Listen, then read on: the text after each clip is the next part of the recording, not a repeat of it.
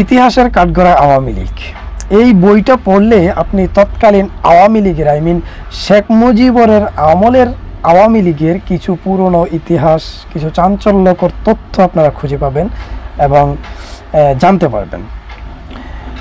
এখানে এই বইটা পড়লে আপনি বুঝতে পারবেন যে কী পরিমাণ নির্যাতন, নিপীড়ন, অত্যাচার চালানো হয়েছে বিরোধী দলের উপর, জাসদ, সরবরাহ পার্টি এদের উপর। তারপরে কি পরিমাণ লুটতরাজ যে তারা করছে এবং কি পরিমাণ নারী নির্যাতন, নারী ধর্ষণ করছে, সব ইতিহাস মোটামুটি এই বইটা পড়লে একটু ধারণা পাবেন আপনি। কিন্তু তারপরে কিন্তু জাসদকে তারা নির্মূল করতে পারেনি, সরবরাহ পার্টিকে তারা নির্মূল করতে পারেনি। ৭৫ পরবর্তী সময়ে একেবারে ক্ষমতার দ্বার প্রান্তে কিন্তু জাসদ, একেবারে নাকের ডগায় কিন্তু তাদের ক্ষমতার ফল, কিন্তু তারা সেটা পেরে খেতে পারেনি। একেবারে ঘাড়ের উপর বন্দুক রেখে তারপরে একদম ব্ল্যাকমেল স্টাইলে সেই ফলটা পেরে খেয়ে নিয়েছিল জিয়া রহমান এবং কর্নেল তাহেরকে ফাঁসির মাধ্যমে জাসদের কফিনে শেষ প্যারাকটুকু মেরেছিল এই জিয়া রহমান এবং তার দল বিএনপি। শেখ মুজিব এত নির্যাতন চালাইছে কিন্তু নিশ্চিহ্ন করতে পারেনি, কিন্তু জিয়া রহমান ক্ষমতায় আসার পর জিয়া রহমান ক্ষমতায় এসে একেবারে নির্মূল করে ফেলছে জাসদকে, একেবারে নিশ্চিহ্ন করে ফেলছে। এইটা বুঝতে হলে, জানতে হলে আপনি আরেকটা বই পড়তে পারেন, সেটা হলো কর্নেল তাহেরের জীবনী নিয়ে লেখা। এটা বিদেশি একজন সাংবাদিক লেখছে, অসমাপ্ত আত্মবিপ্লব। অসমাপ্ত বিপ্লব এই বইটা পড়লে আপনি কর্নেল তাহের এবং জাসদ সম্পর্কে এবং জাসদের রাজনীতি সম্পর্কে মোটামুটি একটা ধারণা পাবেন। যাক, জাসদকে নির্মূল করে ক্ষমতা নিয়ে নিল জিয়া রহমান।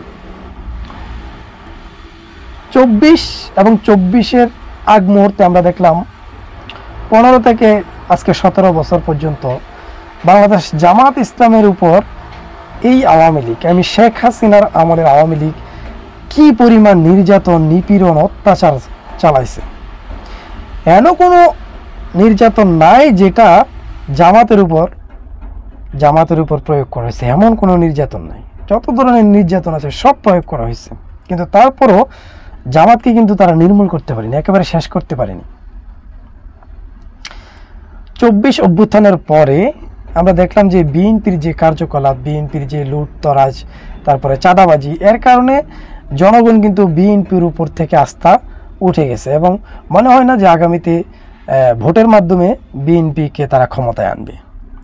কিন্তু এই মুহূর্তে বাংলাদেশ জামাত ইসলামের ইমেজটা খুবই সুন্দর, খুবই পরিষ্কার এবং তারা ক্ষমতার একেবারে দ্বার প্রান্তে। হয়তো তারা ক্ষমতায় চলে আসবে, একেবারে নাকের ডগায় কিন্তু তাদের ক্ষমতার ফল। কিন্তু তারপরও যদি তারা ফেল করে তারা একেবারে নিশ্চিহ্ন হয়ে যাবে। বিএনপি যদি ক্ষমতায় আসে, আওয়ামী লীগ তো আসবেই না, জামাত যদি না আসে বিএনপি আসবে।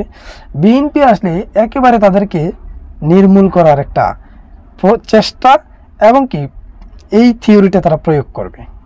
বিএনপি জাসদকে যেভাবে নির্মূল করছে জিয়াউর রহমান, ঠিক সেমভাবে আপনার এই বাংলাদেশ জামাত ইসলামকে কিন্তু নির্মূল করে ফেলবে তারেক রহমান।